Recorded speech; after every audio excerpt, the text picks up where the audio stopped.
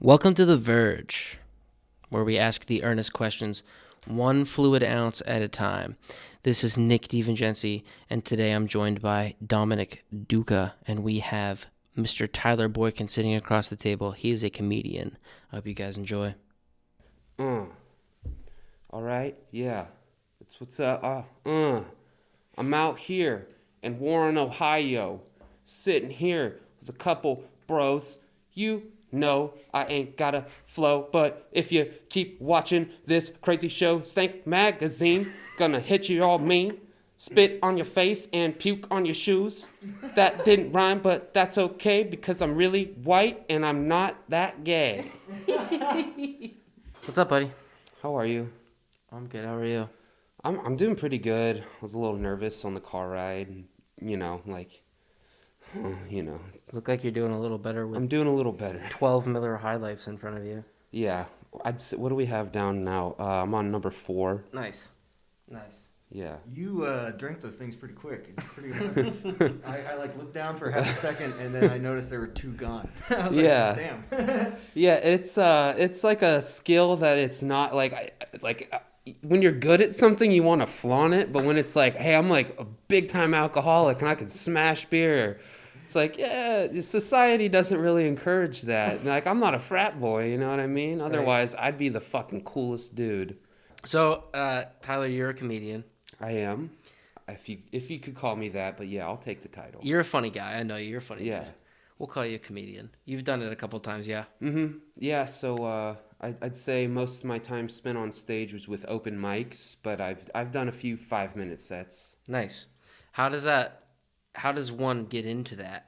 Like, not I mean, beside the Right. general interest, but like when you decide you want to be a comedian, what are the next steps, do you think?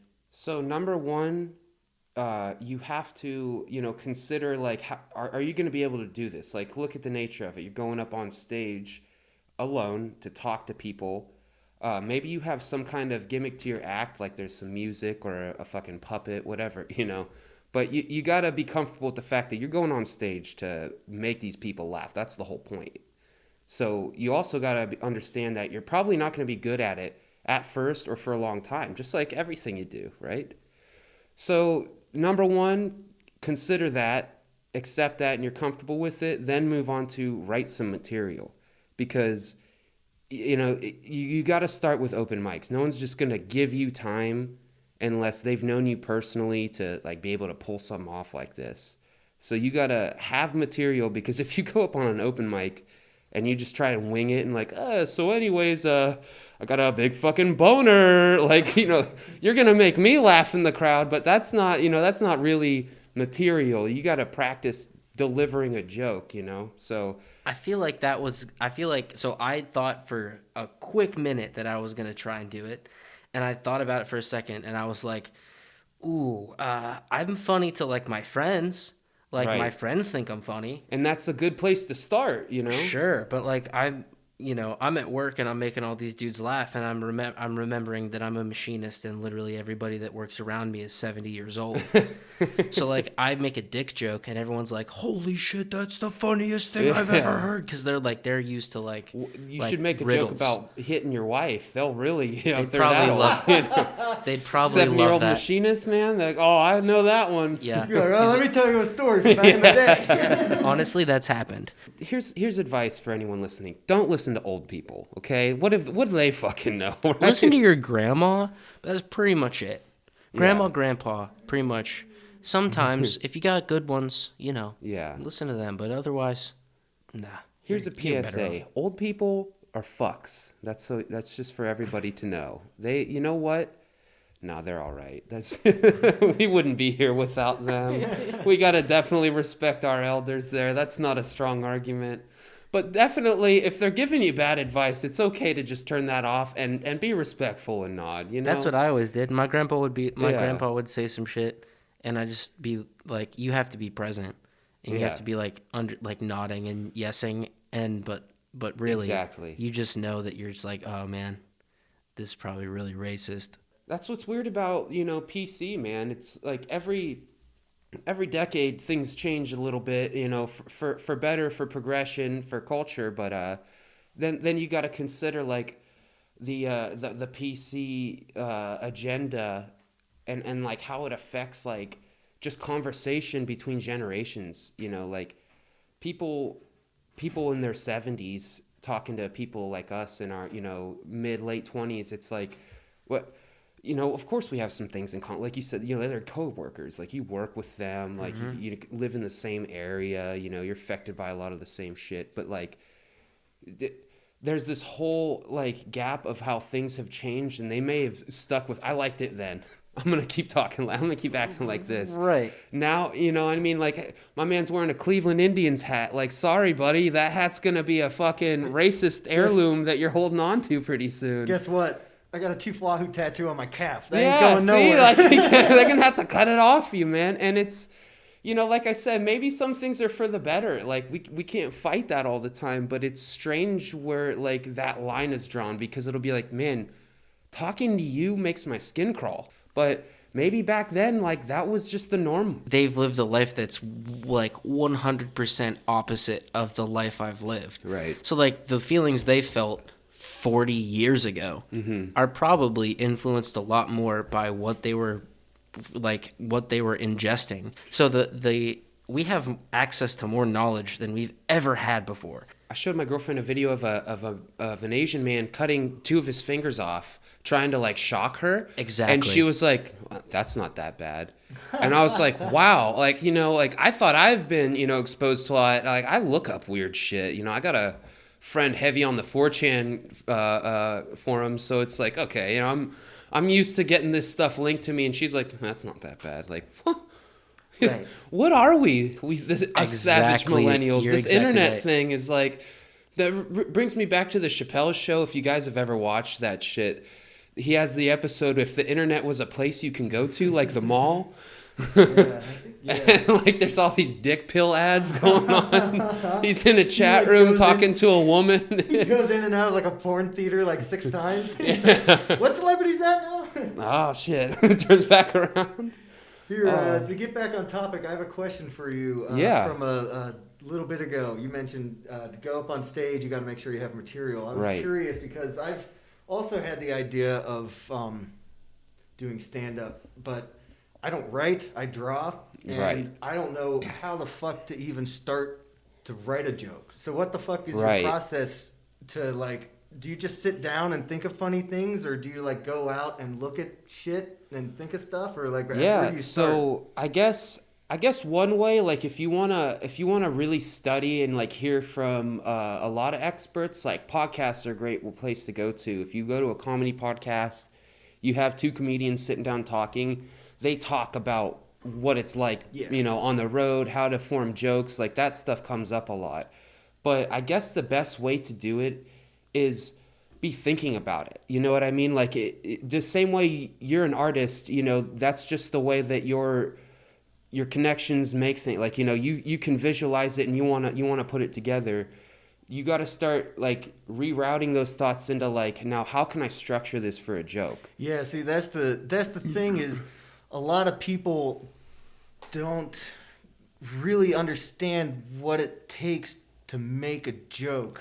Yeah. And not only to write it, but then workshop it over and over and over. Exactly. And over. that's why you need the reps, and Yeah. that's where open mics come in is Yeah. extremely helpful. Like they let you go up, they give you a little bit of time, and you know, everybody's going there practicing. That's the whole point. It's not like you're going there to blow people out of the water. But that's always what you want with your jokes. So I would say that the best way, you know, you definitely have to write, but organically, like you're in a situation, like you're talking to people and like something just comes up that's funny. And so like look at the root of comedy, you know what I mean? You're just taking a thing that happens, a situation, a thing that exists, and then you're taking a new perspective on it that you can verbally describe to people that catches them off guard, and it causes an involuntary physical reaction where they start fucking laughing and they can see exactly what you're talking about and they agree with it and they can relate to it, and it could be something they've never experienced. So it's this whole manipulation thing. So that's why the reps come in. Like you got to see how it works on a crowd. But I'd say for structuring a joke, there's just so many different ways, you know. Yeah. There's storytelling. and everybody's got good stories, but how do I trim the fat and get to the good parts? There's just the obvious set them up, knock them down with a punchline. There's one-liners, there's callbacks, there's meta humor where you've got layered jokes within shit. So it just really comes on like how's your personality, really reflect on the way you can talk to people and bring up a situation, like, bring humor to this. Well, who are your inspirations when it comes to like, fuck, if I could just emulate this guy, or if I can just channel a little bit of George Carlin here, this joke would just land. Yeah, better, and that's a big thing. Like a lot, especially for new comics, like you have an inspiration and, guy or gal that you look up to and you study almost. I've heard a lot of times, like, comedians talk about people going up on stage for open mics and being like, oh, he's just trying to imitate Bill Hicks. Yep, and that's not going to work. You start emulating and you don't even realize you're doing it. And so this racy comedian here, he's since been like kind of canceled, if you could say. I've always really loved Chris D'Elia's stuff because he's high energy, very animated, you know what I mean? Mm-hmm. He's funny. Your whole profession is talking, you know. You have to you gotta it's just like setting up a story. You gotta figure out a segue into this, talk about it, get people introduced to the topic, maybe make some jabs that are funny along the way, and then there's the climax. There's the laughing part of the joke. There's so many different ways to get there. Yeah, it's a story. I mean, Dave Chappelle, if you listen to one of his specials recently on Netflix, he talks about how he wanted to make a joke where the punchline is, so I kicked her right in the pussy or something like that. That was brilliant. And then he starts talking about and making a story, and then he throws that in at the end, and it was a fake story, but then it's like, holy shit, he did it. So it's like, that was funny twice, and he brought... That's genius shit. I think it was the stand-up before that one where he just stands up there smoking a cigarette, and he's just like... I'm so fucking good at this shit. So you mentioned one. What other comedians are like your go-to? Like. So definitely Chris, but I would say I always have looked up to another guy who's kind of been canceled, Louis C.K. Louis C.K. is he might have gotten canceled, but I'm right there with you. Where shit is so dark and brilliant and funny and just. How can you make me sad and laugh and be happy at the same time? So I guess people who not have high energy but can also relate really well to your emotions, man. Like they're playing off of life situations here that it's like I have never even, I don't have daughters, but he talks about being a dad and that shit will just make me howl. He's always been great. I've already mentioned Chappelle is another one. Dave has been an amazing stand-up, and he's triumphed through being a black comedian and fighting in Hollywood. The man got a show, primetime network, the Chappelle Show. One of the biggest shows ever for 2 years. Exactly. And sketch comedy is another thing that I've always loved. If I could actually, now I'm rooted to just being a fucking 9-to-5 dude. But if I could have, pursued that and actually, tried to make that run, those guys like Chappelle Show, you got Mad TV, Saturday Night Live, Saturday Night Live, man, they pioneered sketch comedy. You know what I mean? SNL, yeah, sure. All that stuff. Well, it goes to show you it's so fucking difficult for a sketch show because after Chappelle Show, they try to fill that gap with Mind Mencia garbage. Yeah. They try to fill it with something else terrible. Mm-hmm. And it wasn't really until Key and Peele and they had that experience of Mad TV that they brought to the Key and Peele show, that some of their sketches, I still think Chappelle Show is the greatest sketch comedy show ever made, but there's some sketches with Key and Peele that are right fucking up there. I said, bitch. They have so many standouts themselves. Yeah. Yeah, but like you said, man, they had the practice, they had all that behind them, man. But, I guess, one of the last ones to as far as inspirations, Bill Burr. That fucking guy. I mentioned his rant on Philadelphia. So, being the amateur comedian I am a fiend for comedy. Like I'm a philiac for it. I love the shit. I have like a lot of respect for the guys that can do it and they can like be good for a long time. But then you also consider like, you know, it just the same way, like, you know, Nick, you've been in bands and shit. Like when you perform and the crowd's being a shit, it's not about like you specifically, but you're putting yourself out there to like, you know, give them something and they're not even going to participate with you. Yeah, it's sort of a sensitivity thing. So Bill Burr in Philadelphia, I forget what year it was. You could probably look it up and find it. It's like his legendary rant on YouTube is what they call it. But he goes up and he's talking about this lineup, man. He's got like Opie and Anthony, Tracy Morgan, Jim Norton, like a bunch of fucking just hits. And he's talking about how he's been so excited for this lineup. It's one of the best lineups he's ever been a part of.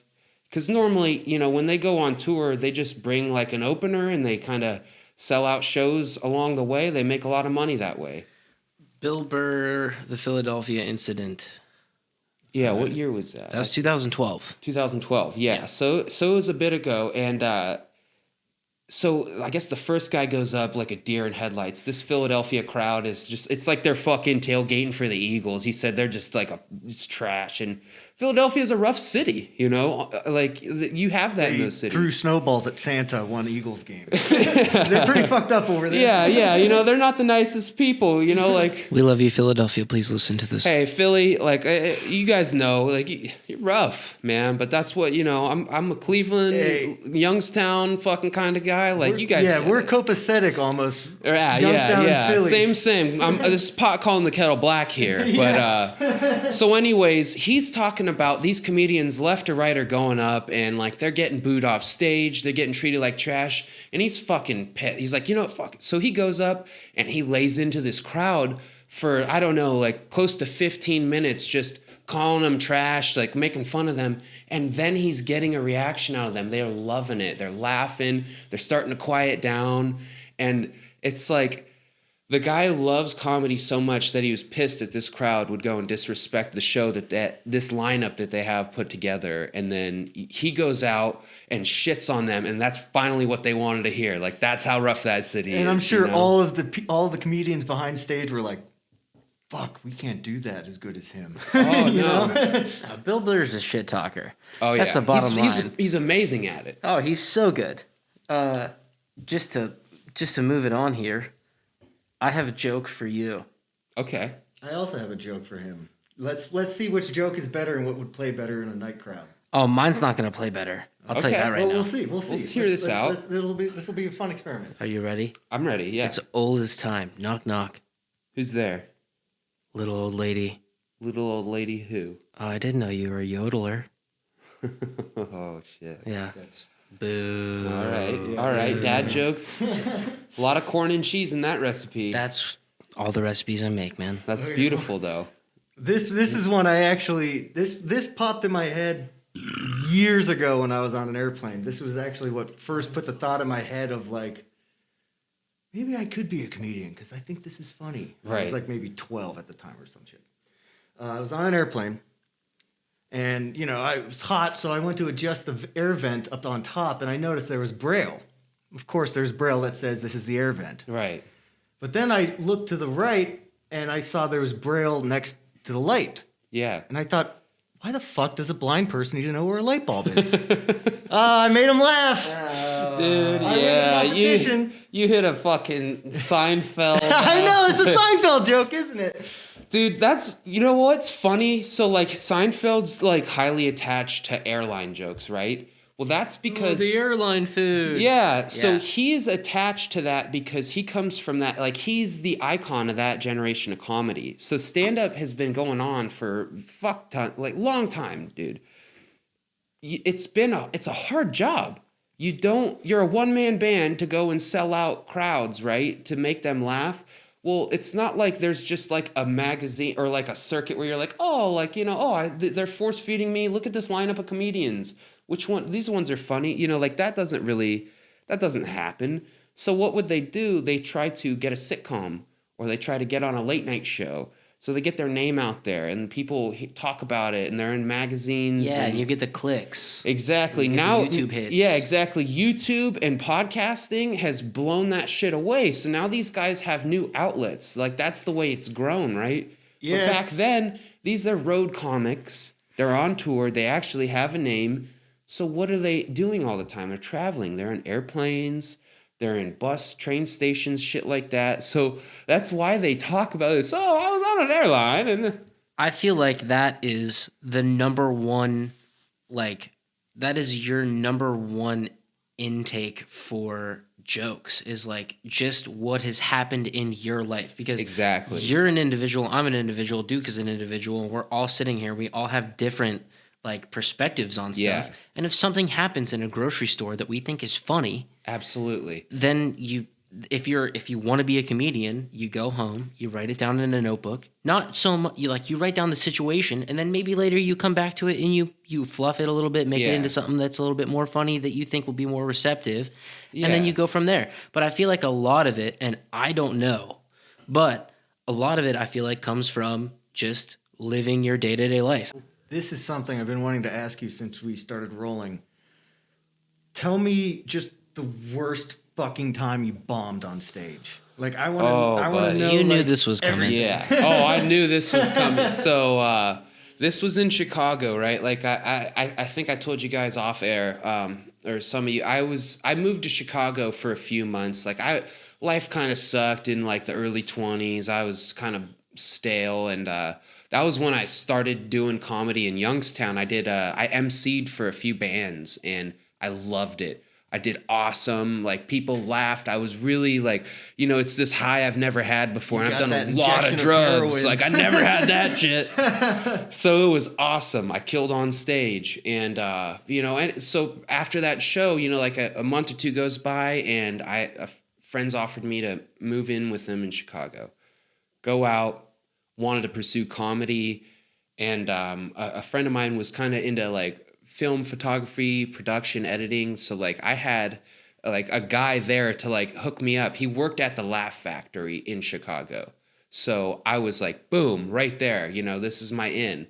Well, I didn't understand as a newbie that like you don't just go into the Laugh Factory and perform. You gotta like get passed by the club manager. Yeah, from what I mean? Heard, yeah, it's like that. So that's something I was like, well, I need to build my rep. I need jokes. I need something to deliver. So I started, looking into open mics.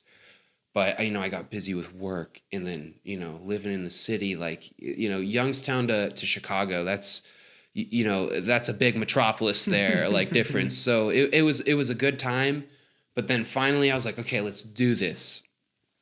I go to this bar after work with my friends. I worked at this Irish pub. It was awesome. Chief O'Neill's, if you're ever in Chicago, guys, check it out. Shout out Chief O'Neill's. So anyways, there's this bar down the road, though, we'd go to after, and we'd be drinking hams. I don't know if you guys have ever had that beer, real cheap beer. And I'd see open mics going on, and I'd be like, all right, next week I'm signing up. It was like every like Thursday or something. So I finally did. But I get there, and I'm like second to last on the list. And I'm like, oh, shit. Like this. Okay, I'll wait through. And I see some people go up. They're pretty funny. Two of my coworkers were with me. I have a Hispanic immigrant and a guy from somewhere around Russia. And like they both are just like my best friends in the city who, other than the guys I live with. So I'm like, yeah, I got some support. All right, here we go. And finally I'm up on stage, right? And all of a sudden, like, I noticed the bar's fucking empty. All the comics that were sticking around, like, listening to each other, they've left. They're gone now. And there's just, like, the guys who are emceeing the thing, my two friends and the bartender. And I was like, how do I tell jokes now? Like, I've never had that happen before or after. So it was just like, holy shit. And I also had no material planned. And I've done comedy before at this point, and I've had no material. So I'm sitting there thinking of what to say. I'm like, Yeah, so I'm from Ohio, and so like I immediately had nowhere to go. Why does a blind person need nowhere light bulb is? Yeah, I talk about something about being humble and being in the city, and like, what? I'm not used to that. And I was like, anyways, see you guys later. And I was just like scratching my head, and like my friend Isaac, he's like, hey man, I recorded that. I'm like, delete that. Don't show anyone at work. Like, no one's gonna think I'm funny ever again. Like, that was by far like that demotivated me from trying comedy anymore in Chicago. I was like, no, I got homesick and moved back like a month later, so it wasn't like a long gap. But as soon as I got back to Ohio, that was when I was just like listening to a comedy podcast, listening to like Joey Diaz was the one. Oh, Joey Diaz. You fucking cocksucker. Fucking Joey You Diaz. gotta get out there. You gotta take your edibles. Swab up my nose. You gotta get a little piece of a Xanax, and you gotta go up on stage, and you just start murdering Tom. Dude, and that's kind of what like I listen to. You guys are familiar with Workaholics, the show? Oh, I love those guys. Adam Devine was a stand-up comic before he was on the show, and he would go and do this shit. And he was like, he told a story on a podcast. He was like, I literally had to shit right before I went on. I had to shit, and I shit my pants by accident, and I reached out of my pants with a cocktail napkin, and I pulled out the shit, and I put it in a potted plant. And then I went out and did my show with the shit that I had put in the potted plant there the whole time. And he killed. And he was like, and after the whole thing was over, he was like so ingratiated with this audience. He felt it so much that he was like, hey guys, and by the way, I shit in that plant. And he dropped the fucking mic and he walked off stage. And like everybody was like, check the plant. And they went and they looked, and there was a fucking shit in a cocktail napkin on the fucking, like, that's the shit that fucking, the story of you going to Chicago and performing to two of your friends and bombing to two of your friends made me think of that story where this dude did really fucking well. And I don't know what that connection is, but I feel like it's an extreme, but you get that kind of flows into my next question, which is like, how do you know when a situation that is happening to you will translate well to you being on stage and you projecting it to your audience? So for me, it's like, how vivid was this experience? Like, you know, there's these mundane like experiences we go through, and then sometimes something catches you off guard and it was like, that was pretty funny, you know, like something that happens at the gas station real quick. But then there's something where it's like, I can think about this and like really like chew on this one, because like, man, here's a whole story. Like, there were events leading up that were interesting and pretty funny, and then we got to this point where shit just hit the fan ridiculous. So like, even way more mild than the way I just described that. Like, that was all like, but it's like double speak there. It's like you're just making things seem more extravagant. Like, a lot of times you're lying when you're telling, like, it'll be something that happened. Like, I went to the bathroom, I took a shit, my finger poked through the toilet paper, and then it'll start true. That was all that happened. But then I'll say like, so something weird happened. I was taking a shit at home, like I do, 4 times a day, 7 days a week. You know, like, you just like throw in extra little bits there. That's just having, like, it just comes to you, right? Yeah, it adds. And then, you know, as I was wiping, I have this new bamboo toilet paper, and it's really tough, and I like trust it. It's so soft. It doesn't break up on your asshole. I've got a lot of butt hair. So anyways, as I'm wiping, my finger just breaks through, because I wipe real hard and I trust this toilet paper. It breaks through, and I finger my butthole real quick. And I'm like, oh,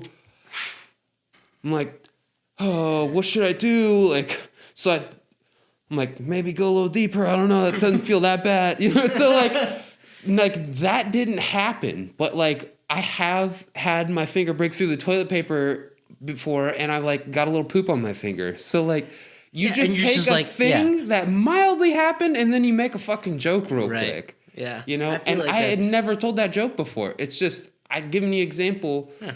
It's not that I'm a brilliant comic. It's just that when you start practicing on structuring a joke, and that's what I'm saying. Like, you could take a comedy class. It's not going to work. You just have to practice it.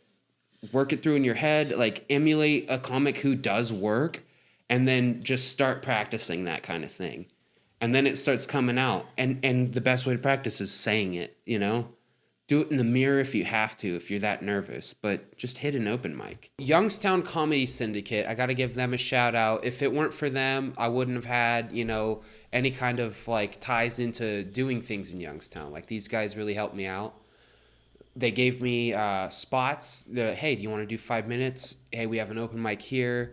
Very friendly, you know, so that was as much as I could say, like, I knew of to do comedy in Youngstown. Mm-hmm. So past that, it was, you know, travel to Kent or Akron, or if you have even farther to Cleveland. Even they would probably still be like, oh, yeah, we know Youngstown. Right. Pittsburgh would probably still be like, so like telling like the more like the tribal, like into my city jokes, like Youngstown hits because like we've got a hell of a fucking thing going on over here. It's very this is like a weird ass, like, you know, so, and like there's locations you can call out. There's specific people from our area. Mm-hmm. Like I can make a Kelly Pavlik joke. No one in San Diego is going to know what I'm talking about. Unless they're like... Unless they are super, like, boxing fans and they remember that this guy, like, had a... Anymore. Yeah, he had a run. Hey, Kelly, I'm not talking shit, dude. You're awesome. No, I was wearing your sweatshirt the other day, Kelly. Still the champ. Yeah, I love you, Kelly. We're going to do a shot for the mics. We're going to get a clink on here. I started early. It's okay. We're going to get a clink, get everything going. Delightful because we don't have liquor. It's actually White Russian mix. Tip of the tongue, teeth, and lips. It's actually really good. Finally, I say that all the fucking time and no one gets it. Rolling right along, we have a question that will probably bring you back to not a comic, but a human. This is something that we do often. Are you happy today? So today, I'm very happy. Good. So let me tell you from the beginning. Before you start, that's a good question because I was going to piggyback off that. The majority of comics are depressed assholes. So I was going to ask you if you were also depressed as shit. Let me tell you. The overall question is, are you happy? Let me skim that one real quick. So the quick answer for the happy, which we're going to get back to, I absolutely am. Dude, I'm having a great time today. Right here, right now, this is great. But so the comedians being depressed assholes, it's like a very common thing to think because self-deprecation and seeing like a negative on something and making it funny is a very like common thing. That's what a lot of people tend to do, and it's effective, right? But the whole essence behind comedy is to be happy and laugh. But I think that's the thing people don't get is that comics are on the road a lot to make their money. You can't just live in Youngstown, Ohio, and be even a good stand-up comedian. Like Chappelle lives in Dayton or something like that. He's had his money from his fame before, but he's continued to be a stand-up, and he does tours. And, think of anybody who has a name, Bert Kreischer, Tom Segura, like all that, like all the Joe Rogan cult people, all those comics, they go on tour a lot. It's kind of depressing when you're traveling a lot, you're away from home, you don't have your own bed, and like you can't track your diet as well, and like shit like that. It's draining, and your whole job is to go up and be happy, energetic, make people laugh. So, the essence of comedy, it's easy to make sad or shitty things funny. So when you can look in on those things and make fun of yourself, make fun of a time when you were playing t-ball and your dad fucking made you cry, and you can twist that shit. So like a lot of times it sounds like these guys are depressed, and then a lot of the great ones have been, but I don't think that that's necessary. Like I don't think it's super prevalent, but it's something that's highlighted on because there's been great ones that have been so, they run themselves down. Really good point. They've run themselves down so much. They don't take care of themselves because they're so caught up in what's working out in their lives, but that's the thing about comedy because you think about it and you're like, oh man, I can do that. That's super easy. I could do that. And then you think about it and you realize there's like 30 very well-known comics right now and about 12,000 unknowns, you know? Exactly. And these 12,000 unknowns are fucking heavy hitters too. It's just they need to keep trucking along, find your way, you know? And that's why podcasting like this is excellent. YouTube, Instagram, you know, like being able to share your content so people know what you're made of. Like that's how they get their names out. That's why I said like the talk shows and the sitcoms used to be the only way that these guys knew how to do it. Now we at least have fucking internet radio, you know, even radio shows, like they're still prevalent. It's the same thing.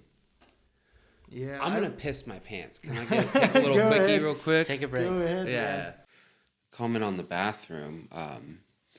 I really love that there's just a whole jar full of matchbooks and for the air freshener, like after you take a shit, it's just such a cool idea that it's like, well, we got plenty of matches, so just rip one of those motherfuckers off. And then if you noticed on the wall, we have the ones they're that we nailed emptied, up on pinned there. up. So it's like, Yeah, dude, that's fucking cool. Like you don't see that anywhere. Like that's always been like an old guy thing. Like, yeah, light a match. You know? Those are all actually vintage matchbooks.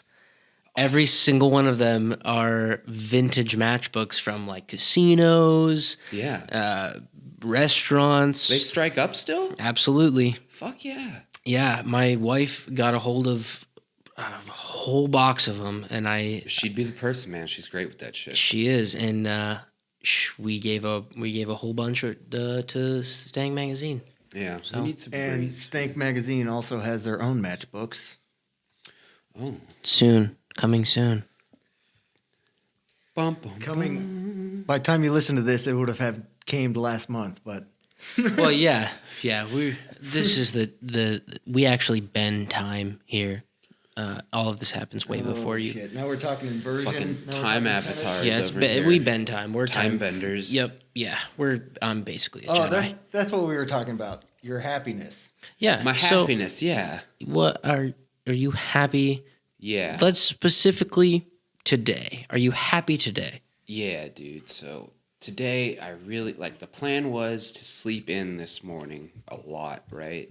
Because I wake up at 6 o'clock for work every day. That's not crazy early, but some people would be like, oh man, you know, that extra hour to 7 or 7:30 is like insane, right? Like I'm that kind of guy. So that's when I wake up on the weekends. It's like an hour or two later. It's not that bad. You know, 8 o'clock, I want to sleep in again, like when I was a fucking drunk ass teenager or something. Slept until 10 o'clock today. Got up, smoked some weed, watched anime. I took a shit and jerked off in the toilet 'cause the girlfriend was still laying in bed. I didn't want her to hear anything, so I had to hide it. That's all I did. You gotta hide it in the bathroom. You flip the fucking shit fan on, and then it's just like ours right now is real loud, and it goes. So it's like, yeah, you don't hear any of that. Well, it's not even that like I'm a loud jerker. It's that I need volume on the porn. It's like I don't even need to hear it or see it. I just need to hear it. I'll put it up to my ear. I'll just pop, pop, pop, pop, pop. I'm like, all right, that's what I needed.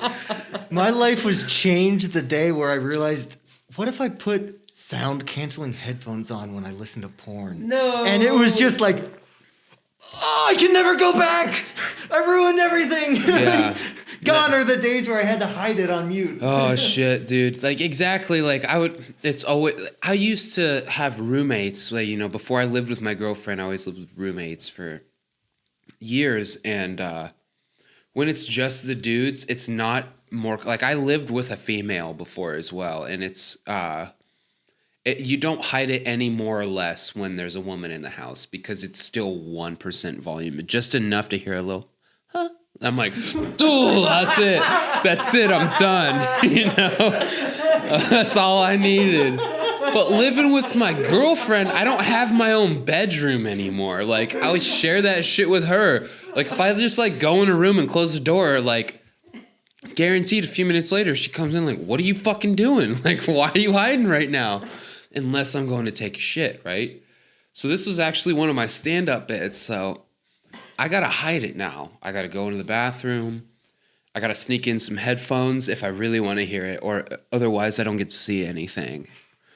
So I go in there, and on climax, I normally shit first, but I can't like roll the toilet paper. She'll hear that and she'll know like, well, he already wiped. Why is he sitting there an extra 20 minutes?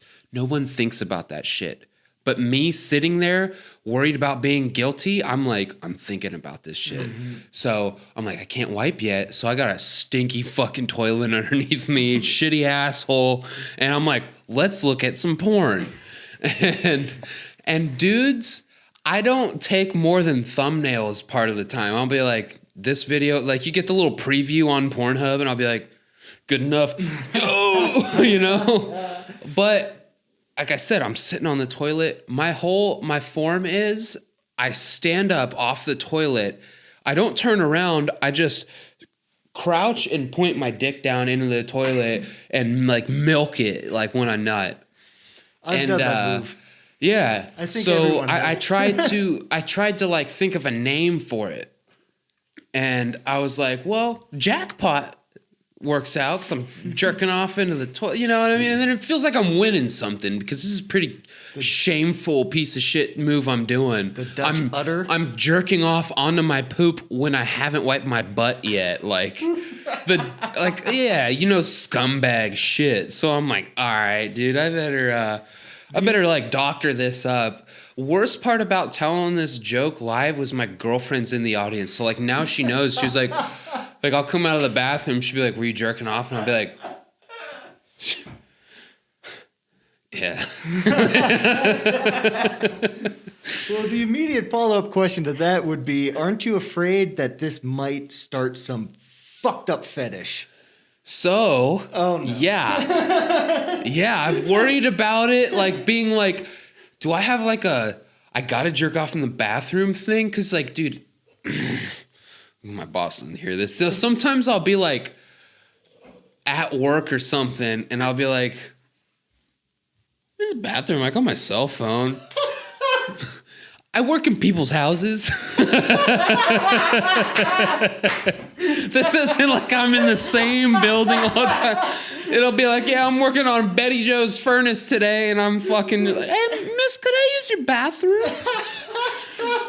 Oh, yeah. So I'm in there pulling the jackpot, wash my hands, spray up, thank you. And then, like, I'm so much happier for the rest of the day. My coworker's like, man, you must have really had to shit. Like, you don't even know, buddy. Jesus Christ. Yeah. But, well, like, hey. Okay, poor shot. Oh, my goodness. Oh, wow. He's a comedian, everybody. He's a comedian. Yeah. My jaw hurts. Dude, like, the real big dick comedy, though, is knowing how to do crowd work. Yeah, that's what I was going to ask you later on was...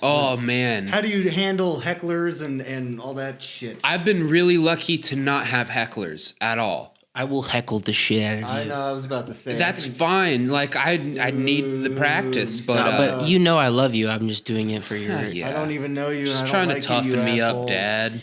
Yeah, Tyler's one of my good dudes. I barely know this guy either. Fuck you both. Boo. Whatever, dude. Be more funny.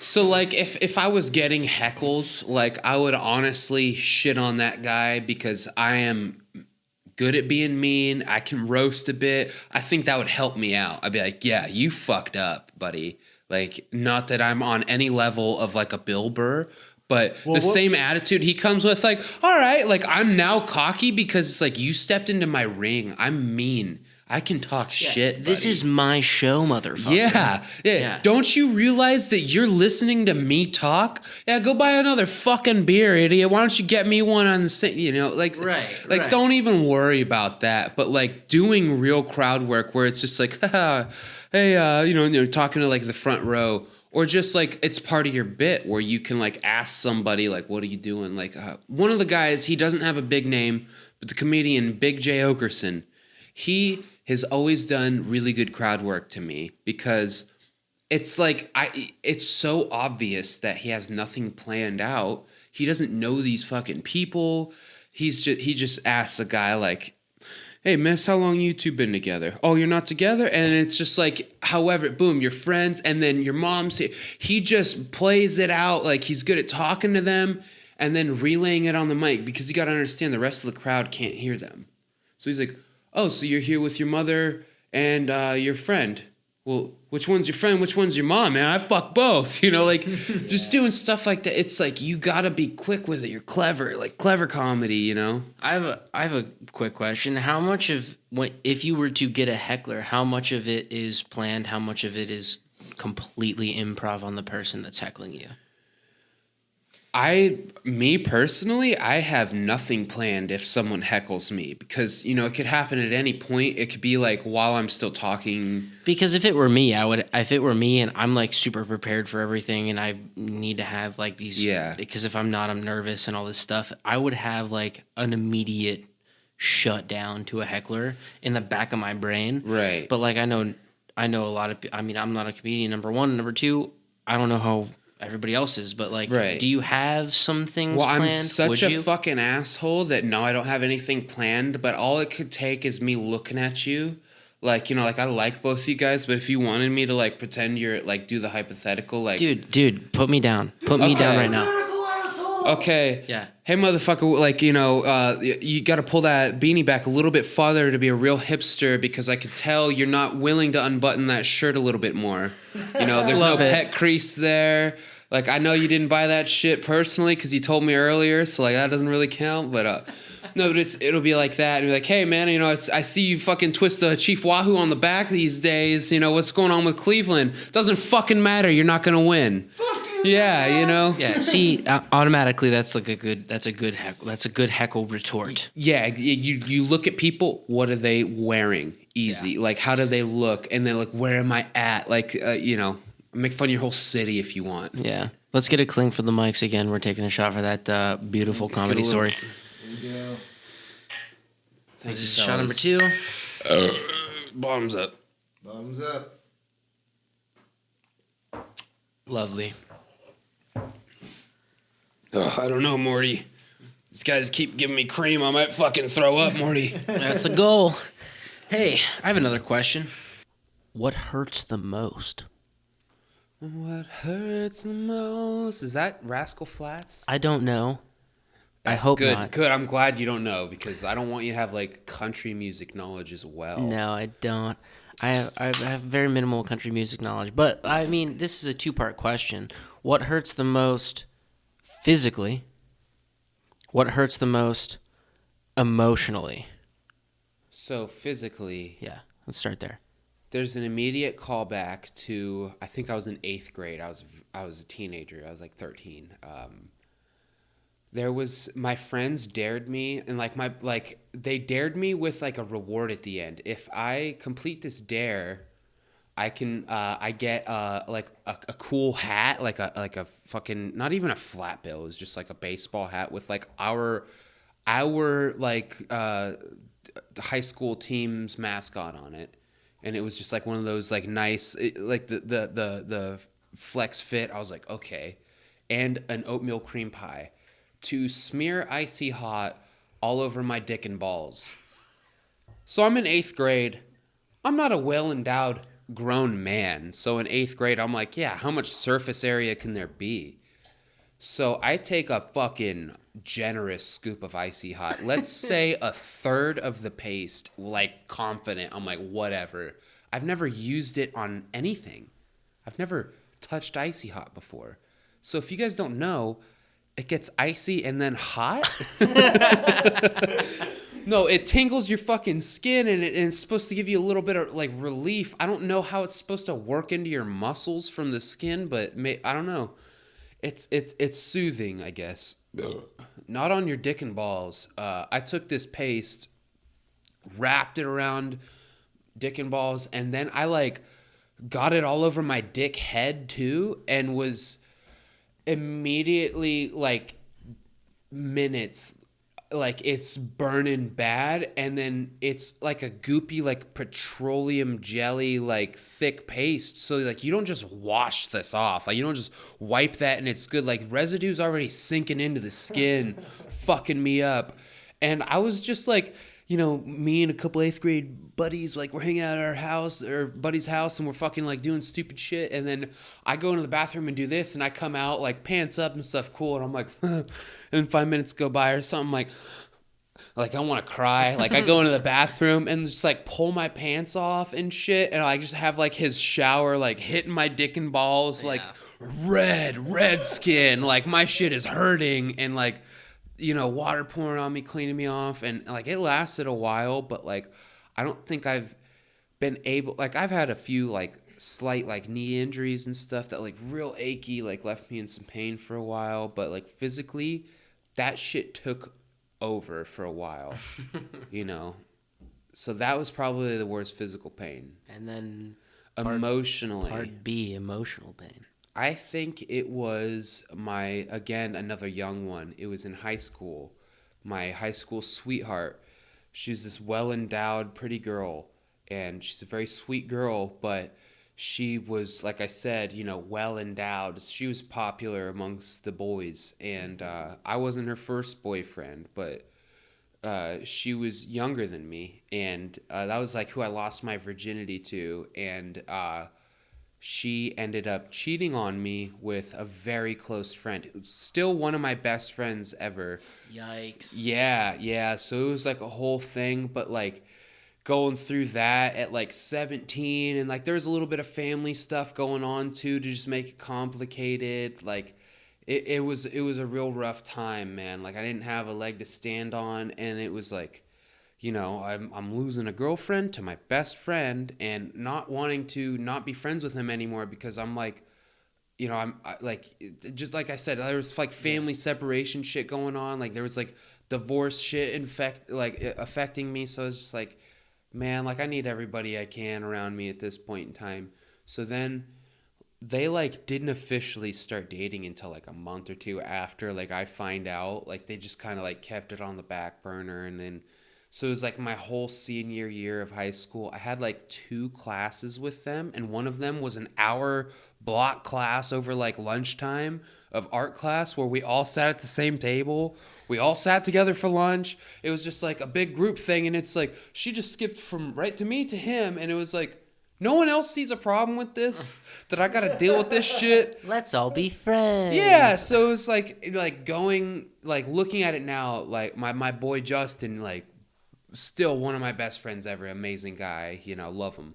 I'm really glad I didn't jeopardize things in the friendship, but being that young, having all those things going on, like, dude, it fucking hurt. I didn't know how to healthily handle shit. Like, I'm still, you know, young relatively, you know, I'm not 30 yet, but it's like now I've gone through enough to know how to, like, you know, bounce back and just, like, be realistic about shit. At that point in time, man, I'm young, I'm fucking stupid, young, dumb, full of cum, as they like to say. And, you know, everything is just so dramatic because I'm 17 and still in high school. So that was definitely, like, the worst emotional pain I went through. And I say that because I'm lucky enough to not have a lot of family loss, people close to me, you know what I mean? I'd lost a friend, but, like, it was different because, you know, like, there are certain points in time where you got to consider, like, how much of it is really affecting you or how much of it is just, like, it's a sad couple days until I'm like, man, I lost my buddy, you know. But well, it certainly sounds like you actually, as much as you said that you didn't have the emotional maturity to handle that situation, it certainly sounds, to me at least, like you did have some maturity in the matter. The fact that you're still this guy's friend is pretty... Yeah. Again, you know, it's like, I'm really glad I made the move. Like, could you imagine think about, like, I don't know how, like, everybody ranks friendship tiers. Like, that's, like, a weird way to put it, right? But you always got, like, everybody's got a handful of people where it's, like, no doubt, brothers for life right here. I couldn't imagine him not being there because he fucked my girlfriend in high school and, like, they didn't last either. And it was... And I'm sure later she's got a kid. She's happy. She's doing great. You know, Justin has a fiance. I love her. You know, is like... the kid his? No. Did you ever, like... were you two ever like after this all happened, like sitting in a room, like, did she ever do this thing with your tongue to you? And he was like, oh, he did this to me. Let me tell you, bro. So like, even though they like had a relationship and shit, things like went on to where she hit me back up. Oh. And there was a little poetic justice. So after she'd done that to me, I hooked up with one of her best friends, who was a pretty good looking girl. Like I did well in high school, I'll say. And then years go by, she's with my buddy Justin, and then like they're having a hard time. They're a little separated. So my ex and her friend who I'd hooked up with thought it would be a funny thing to consider, like, hey, it's crazy how you've had sex with both of us, right? What if we had a threesome? And I was like, yeah, what if? So sure as shit, like that night, I invite them over, and so I had a threesome with these girls, and so I come to victory in the end. It happened a second time, I think, because the first wasn't good enough. No, it was amazing. All because of you. Not on my end. I was just there. Like they exactly why it wasn't good enough. You were just there. No, yeah. So like that was like, okay, I can look at that situation and be like, I think I'm okay on that one, you know. But yeah, you know, I came out with my best friend. I had a couple crazy sex stories out of it, and you know, I lost my virginity to a big-tittied freak in high school. Not that I'm into those girls. I brought a pocket knife. I need to shotgun a few beers. I would be down to have a live on microphone shotgun. We can do that. Okay. Can we get a timer? Okay. Yeah, we can get a do little that. bit more cream in my belly. Yeah, we're doing White Russians today for everybody listening who we haven't said that yet. The biggest thing is like I don't want to like, you know, run too long to where it's like this guy isn't fucking throwing up. Oh no, like, you know, no, it'll be okay. It'll push be it. Yeah, because if it comes down to like, hey, let's get you to throw up, I could smack some suds. We can do that. We can do that. Duke is gonna be the timekeeper. He's got his stopwatch up. We're gonna have a competition who can do it fastest. It's gonna be Tyler. I'm gonna take my headphones off. Stand up, Duke. Take the mic. All right. And they're off to the races. They're shotgunning it. Let's see who comes in first. They're going. Oh, Tyler won. That was 9 seconds along with 11 seconds. I had a beer hole here. I had a little bit of a little restriction, or else you'd been roasted. Beer all over the table, folks. I gotta say, I haven't shotgunned a beer since noon. That was more electrifying. I did one today. I was like, I gotta practice a little bit. Like, I wanted to get like a little edge, so like, son of a bitch. Part of it was like I didn't want to like smoke a bunch of weed and like get a buzz before, and then be like not cool to talk to, and like not responsive on shit, and be like, oh, I'm just rambling about it, you know. Let me just say, when I put a hole in that with my key, it sprayed me in the eyeball. Does anybody know if Miller High Life is acidic or basic? Because my eye's burning.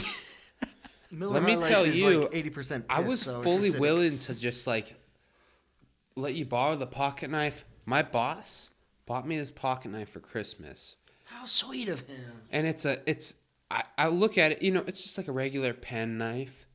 Dude, like $65. $65 for a pocket knife. I didn't know they ran that expensive for something like that. I was at a fucking flea market where everything is like 10 cents. And I have one of those little pocket knives with just a knife, a nail file, and a clipper on my keychain. Like a Swiss Army. Yeah, like a Swiss Army knife. Those things were going for like $40 at the fucking flea market. Yeah, like, dude, he got us like full on like Leatherman knives, like they like fold out into the pliers and all that shit. That was this year's fucking gift. I'm just with a fucking $500 bonus. I'm fucking rich. I'm gonna go buy some Popeyes chicken. I did that last night. I bought like $30 of Popeyes for delivery. Jesus. Yeah, buddy. They had like a family deal, and I got extra fries and like mashed potatoes, and they fucking didn't give me any of the French fries. What? Did you go back? No, I got it delivered. She dropped it off at the door like she was a sweetheart. Uber Eats, you know.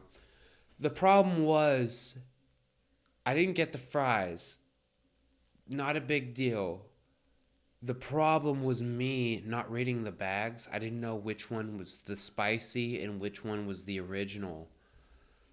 So I had to eat all 4 sandwiches just to make sure. Yeah. No, I only ate 2. I ate one for breakfast today.